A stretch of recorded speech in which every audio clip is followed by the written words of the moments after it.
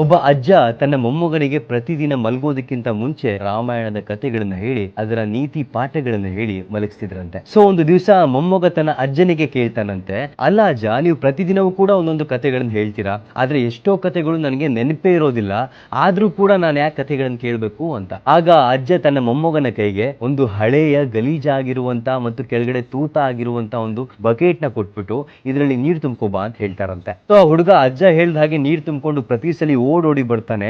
ಆದ್ರೆ ಅವ್ನು ಬರೋದ್ರಲ್ಲಿ ಅದರಲ್ಲಿರುವಂತಹ ನೀರೆಲ್ಲ ತೂತದ ಮೂಲಕ ಚೆಲ್ ಹೋಗ್ತಿತ್ತು. ಆಗ ಮೊಮ್ಮಗ ಅಜ್ಜನಿಗೆ ಹೇಳ್ತಾನಂತೆ, ಅಲ್ಲ ಅಜ್ಜ, ಇದ್ರಲ್ಲಿ ತೂತ ಆಗಿದೆ, ಎಷ್ಟು ಸಲ ನೀರು ತುಂಬ್ಕೊ ಬಂದ್ರು ಕೂಡ ಅದ್ರಲ್ಲಿ ನೀರ್ ನಿಲ್ತಿಲ್ಲ ಬಿಡಿ ಅಂತ. ಆಗ ಅಜ್ಜ ತನ್ನ ಮೊಮ್ಮಗನಿಗೆ ಆ ಬಕೆಟ್ ನ ತೋರಿಸಿ ಹೇಳ್ತಾರಂತೆ, ಈ ಬಕೆಟ್ ನ ಒಂದ್ಸತಿ ನೋಡು, ಮೊದಲು ಇದ್ರೊಳಗಡೆ ಗಲೀಜು ತುಂಬಿತ್ತು, ಕೊಳುಕು ತುಂಬಿತ್ತು, ಆದ್ರೆ ಈ ಬಕೆಟು ಈಗ ಒಳಗಡೆಯಿಂದ ಶುದ್ಧವಾಗಿದೆ.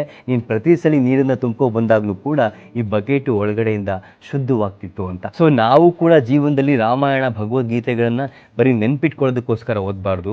ಪ್ರತಿ ಸಲ ನಾವು ಅದನ್ನ ಓದಾಗ್ಲೂ ಕೂಡ ನಾವು ಒಳಗಡೆಯಿಂದ ನಮ್ಮನ್ನ ನಾವು ಶುದ್ಧಿ ಮಾಡ್ಕೊಂತಿರ್ತೀವಿ ಅಂತ ಆ ಅಜ್ಜ ತನ್ನ ಮೊಮ್ಮಗನಿಗೆ ಅರ್ಥ ಆಗುವ ರೀತಿ ಹೇಳ್ತಾರಂತೆ. ಸೊ ಈ ಭಗವದ್ಗೀತೆ ರಾಮಾಯಣಗಳು ಸಾವಿರಾರು ವರ್ಷಗಳ ಹಿಂದೆ ರಚಿಸಿದ್ರು ಕೂಡ ಇವತ್ತಿಗೂ ಕೂಡ ಅದು ತುಂಬಾ ಪ್ರಸ್ತುತವಾಗಿದೆ. ಇವತ್ತಿನ ಮನುಷ್ಯನ ಜೀವನದಲ್ಲಿ ಬರುವಂತ ಎಲ್ಲ ಸಮಸ್ಯೆಗಳಿಗೂ ಕೂಡ ಅದರಿಂದ ಉತ್ತರ ಸಿಗುತ್ತೆ, ಸಾಂತ್ವನ ಸಿಗುತ್ತೆ. ಈ ವಿಡಿಯೋ ನಿಮ್ಗೆ ಇಷ್ಟ ಆಗಿದ್ರೆ ಎಲ್ಲ ಕೃಷ್ಣನ ಭಕ್ತರಿಗೆ ಮತ್ತು ರಾಮನ ಭಕ್ತರಿಗೆ ಶೇರ್ ಮಾಡಿ.